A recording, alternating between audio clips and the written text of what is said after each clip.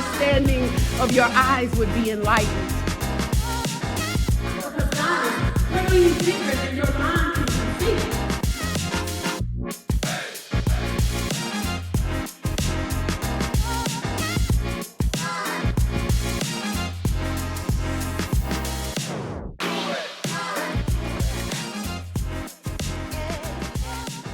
Hey family, welcome back to the Root Work Podcast with Tiffany Malone. This is season 1, episode 9. Episode 9. We are chugging along, and it's going to be a great day today. I wanted to share something today that I was thinking about the other day. In all transparency, in a moment of frustration, I was doing some reflection about a particular thing in my life. And as I was doing so and, just taking some quiet time and some reflection time and some prayer time, a question kind of bubbled up inside of me that has bubbled up before. Maybe, just maybe you've asked this question before. So I thought it would be something that would be worthwhile to talk about today. And the question is, what is so hard about change? Why is change so hard? I don't know about you, but there have been things that I have wrestled with sometimes for years, small things, big things. And I've talked to friends, family, they've all echoed the same sentiments. Maybe you've even had things in your life that maybe they were just stubborn little things. Maybe they were big things. Maybe they were things that just kind of,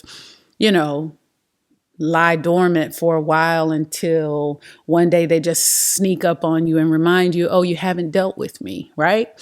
And the question comes back that reminds me that change is no small thing, right? This thing, transformation that we talk about, is no small thing. It's very much an element, a product of spiritual warfare, if you will.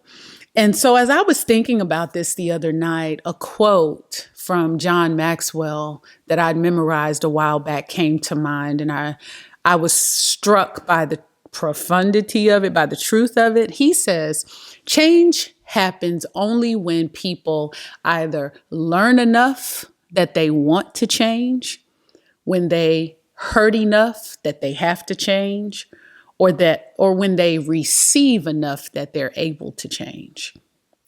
And I realize there is a lot of truth in that quote. People have to either learn enough that they want to change, they have to hurt enough or have a circumstance bad enough that they have to change, or they have to receive enough that they're able to change. And so thinking about that, it made me think about a metaphor that I've heard for years. And I was thinking about all this stuff kind of all at the same time. It kind of sent me down this path of what I'm going to share with you today. But I was thinking about the metaphor of, the caterpillar, can't get my words out, caterpillar into the butterfly, right? We know that happens through this process called metamorphosis. I can remember growing up. I remember when we learned about this in elementary school, because in our backyard, we used to have caterpillars everywhere. And I actually remember up in one tree, we had a tree in our backyard I used to climb sometime, and I actually saw a cocoon once. And so I remember learning about that and remembering what the cocoon looked like. But all my life, I think I had been missing a really, really key element in this caterpillar to butterfly, this metamorphosis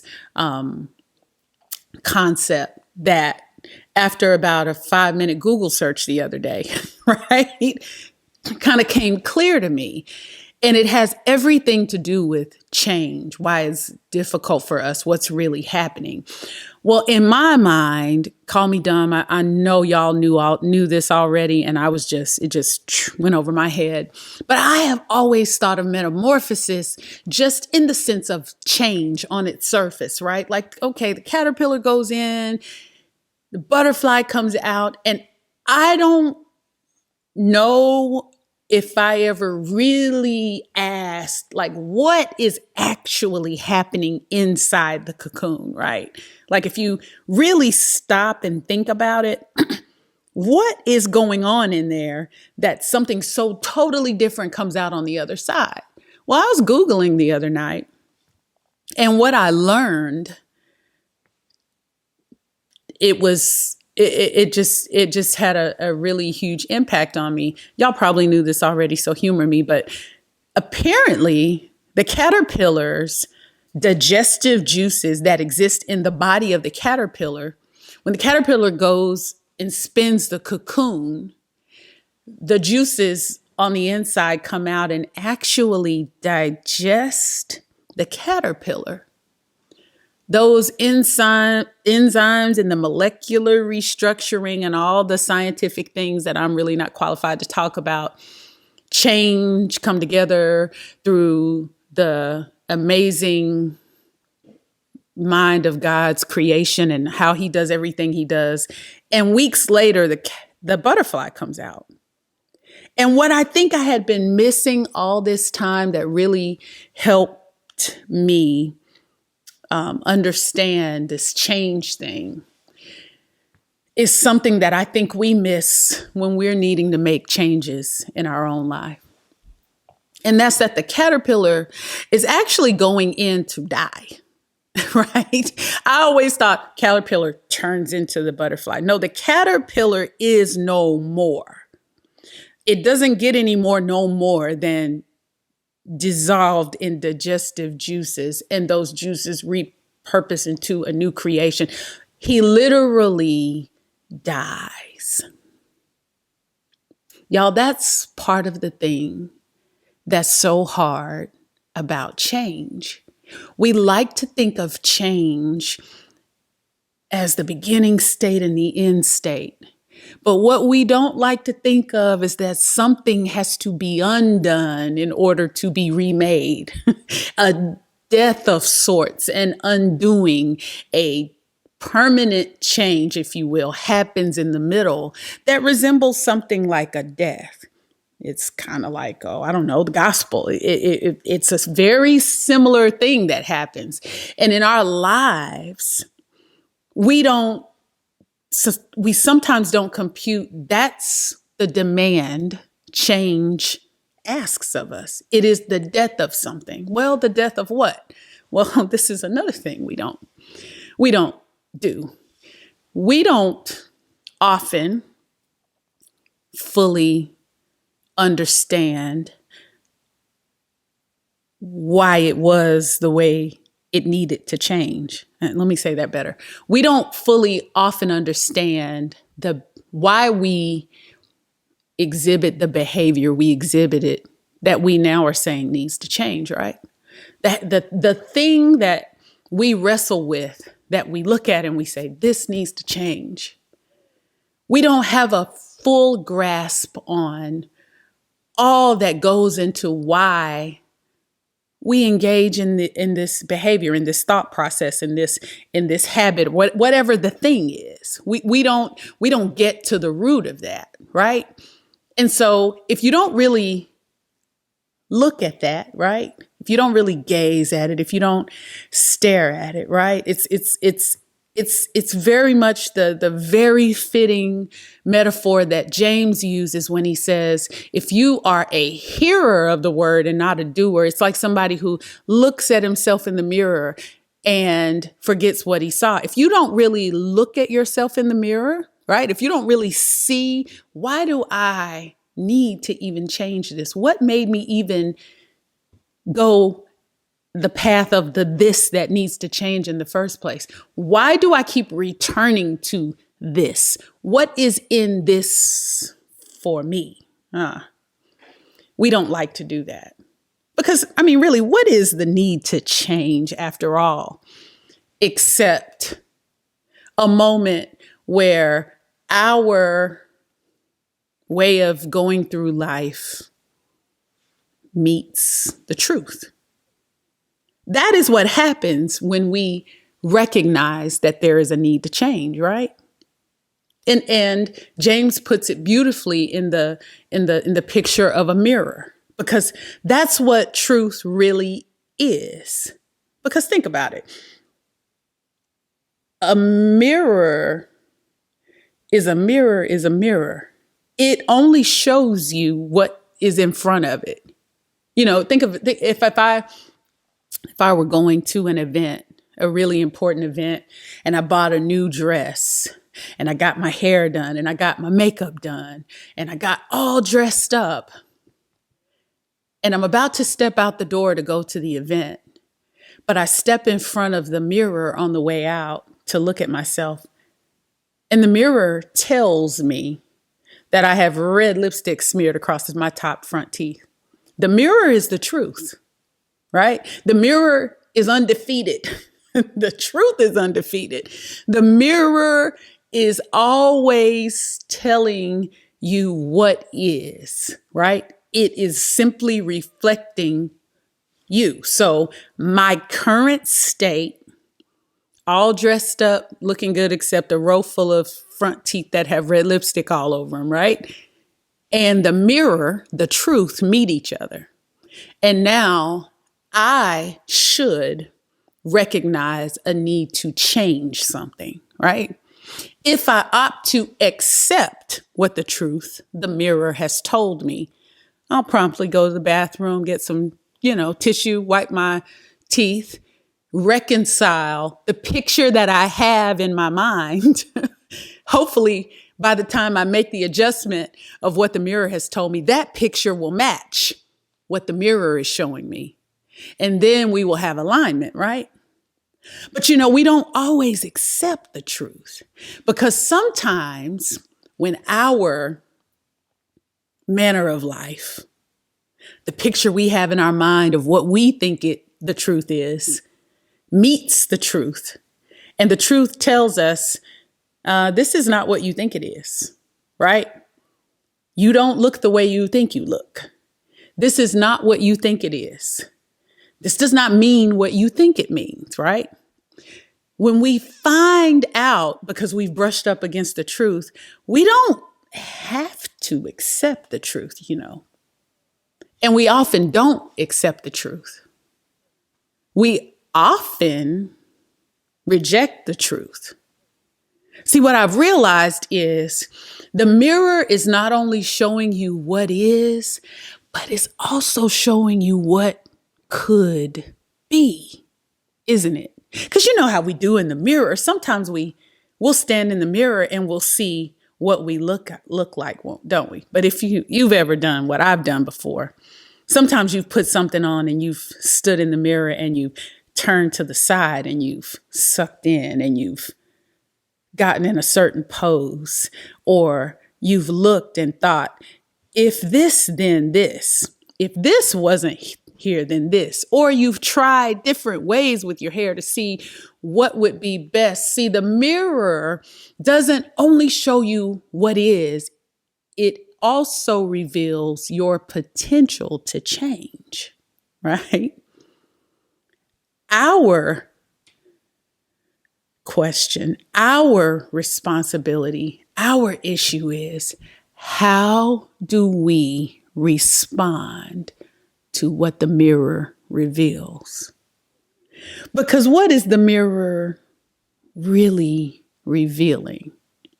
I believe at the end of the day, how you respond to what the mirror reveals, meaning whether you accept the truth that's there and adjust accordingly, or whether you reject it. Because we can reject what the mirror reveals.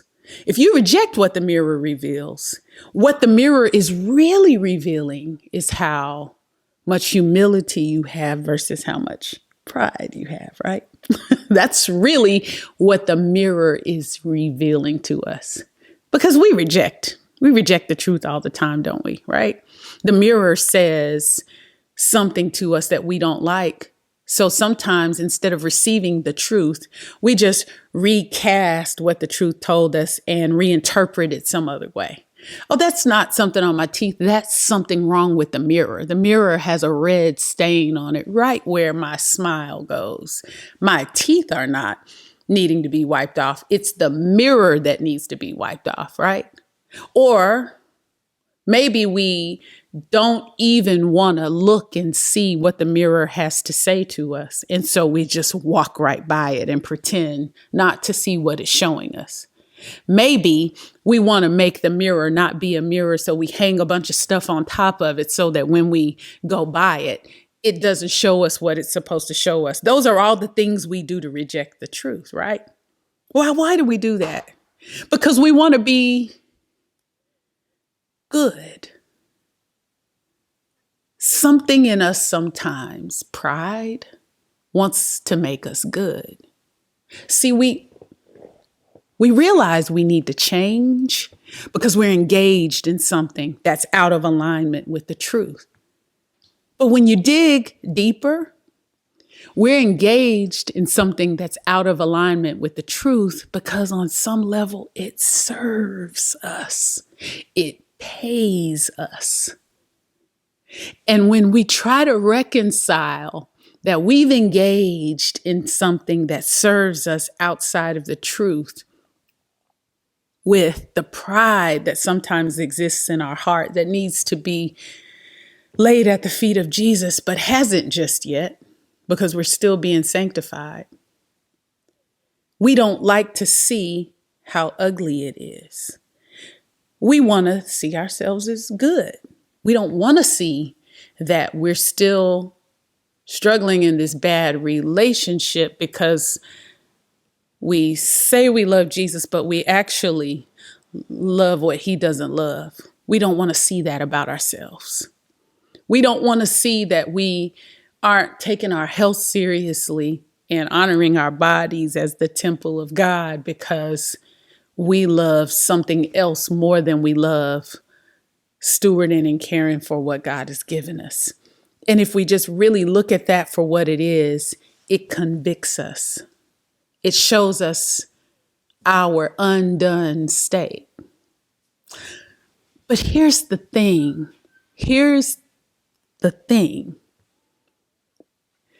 Nobody ever changed that didn't realize they needed to.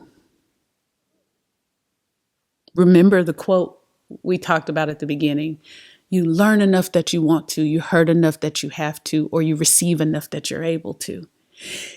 And as long as we engage in the behavior that keeps us from seeing how bad it is, we can never get to the place where we cry out to the one who can make the change in our hearts and lives.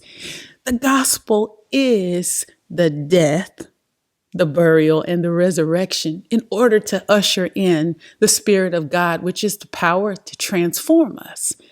But before we can receive what will transform us, we have to come to the place where we see how bad it is. And so the thing which we avoid, the thing which we hate about change is the thing that lets us see how ugly it is.